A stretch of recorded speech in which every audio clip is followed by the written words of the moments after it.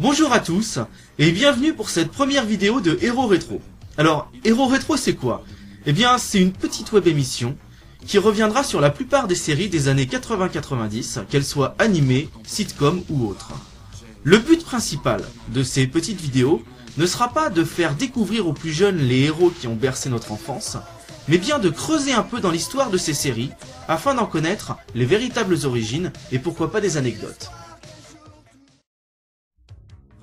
Et pour commencer, nous allons nous pencher sur un dessin animé qui a passionné des centaines d'entre vous, filles et garçons, bien que les garçons aient été plus nombreux, une série qui malgré son histoire travaillée révèle en fait bien des ombres que seule la nostalgie a su écarter. Je veux bien sûr parler de Jace et les Conquérants de la Lumière. Une force en flamme qui brûle tout au fond de toi. Et l'espoir qu'un jour tout nous rendra la joie. Tes chemins sont de feu, les monstres plantent tout droit. Mais si tu ne perds pas la foi, tu trouveras la voie.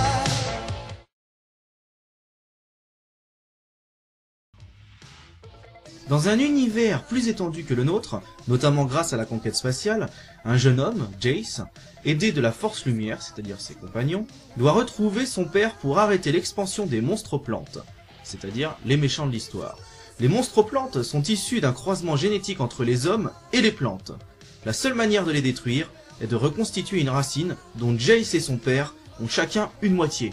Mais le problème, bien sûr, c'est que Jace sera toujours à la recherche de son père, afin de pouvoir reconstituer cette racine.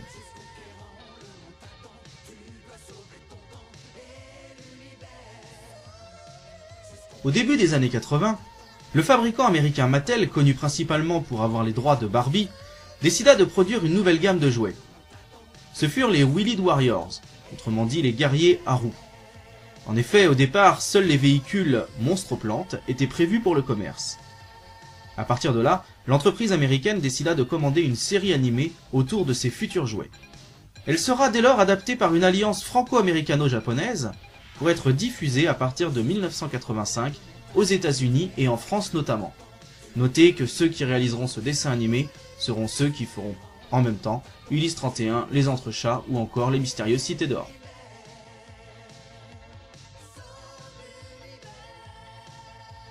Le succès de la série sera immédiatement au rendez-vous. En partie grâce aux personnages rajoutés, que ce soit la Force Lumière ou les Monstres-Plantes, et bien sûr grâce à son générique. 65 épisodes de 20 minutes, soit une saison, constituent cette série. Dans chacun d'entre eux, la Force Lumière, nous reviendrons un peu plus tard sur cette équipe, voyage à la recherche du père de Jace, tout en éliminant les Monstres-Plantes. D'ailleurs, vous rappelez-vous la scène de retrouvailles entre le héros et son père, à la fin? Non ? C'est tout à fait normal, puisqu'en fin de compte, cette scène n'existe que sur un support écrit. En effet, à l'inverse du dessin animé, la vente des jouets fut un énorme échec pour Mattel, qui mit alors fin à sa production, laissant tous les fans dans l'attente et l'ignorance. La série fut diffusée sur TF1, La 5, TMC et plus récemment NT1. Au début des années 2000, elle fut remasterisée pour ressortir en DVD, ce qui donna lieu à un nouveau succès.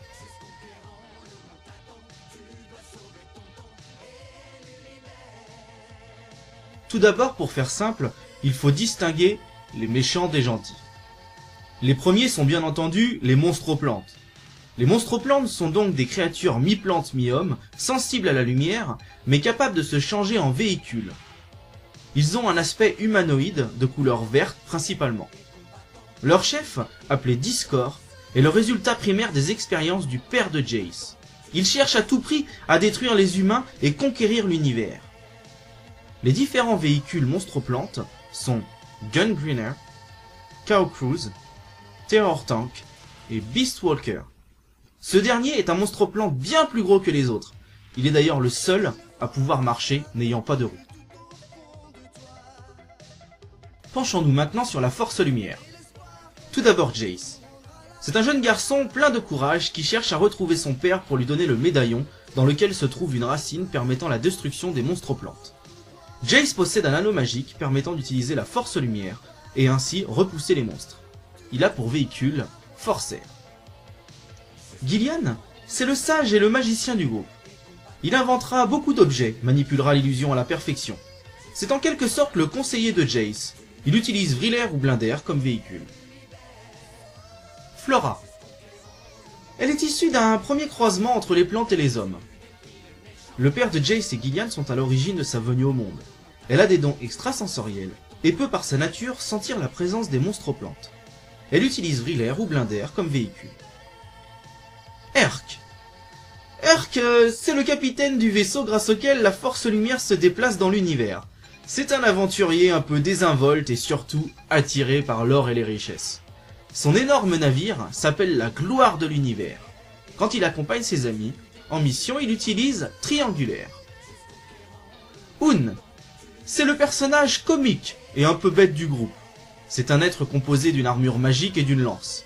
Ce petit robot n'a de cesse de vouloir protéger son maître Jace. Autrefois, au service du père de ce dernier, il accomplira à chaque fois sa mission sans faillir. Brock.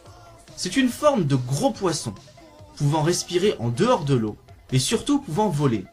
Il communique avec Flora par un don télépathique. Elle n'hésite pas d'ailleurs à lui monter sur le dos pour en faire sa monture. Audric.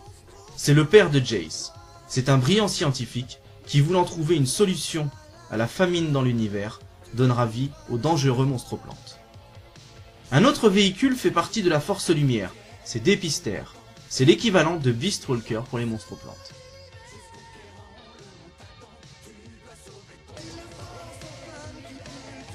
Le générique de Jace et les Conquérants de la Lumière, comme beaucoup de ceux des années 80-90, est teinté de sonorités persistantes et entraînantes. Il fut interprété par Nick Carr, un nom qui ne vous dit probablement rien, et pourtant c'est aussi l'interprète de Mask et Pole Position. Le texte de ce générique est très simple. Quand par exemple on entend « Toi, Jace, conquérant de la lumière, tu vas conquérir », on peut y voir un simili de caricature qui pourtant passe comme naturel aux oreilles des enfants, les nôtres par conséquent. Et juste après, et la victoire viendra, tout refleurir. Alors là, moi ce passage m'a toujours fait sourire, car en gros il faut que Jace tue des plantes pour que des fleurs reviennent. Bon, je sais là, c'est moi qui fais un peu dans la caricature. Sinon, ce générique est tout bonnement magique. Petite anecdote, les paroles dites au début du générique sont prononcées par un des deux créateurs de la série et non le chanteur. Enfin, la dernière chose à savoir sur ce générique, c'est qu'il fut classé presque 10 semaines au top 50, chose qui n'avait jamais été vue avant.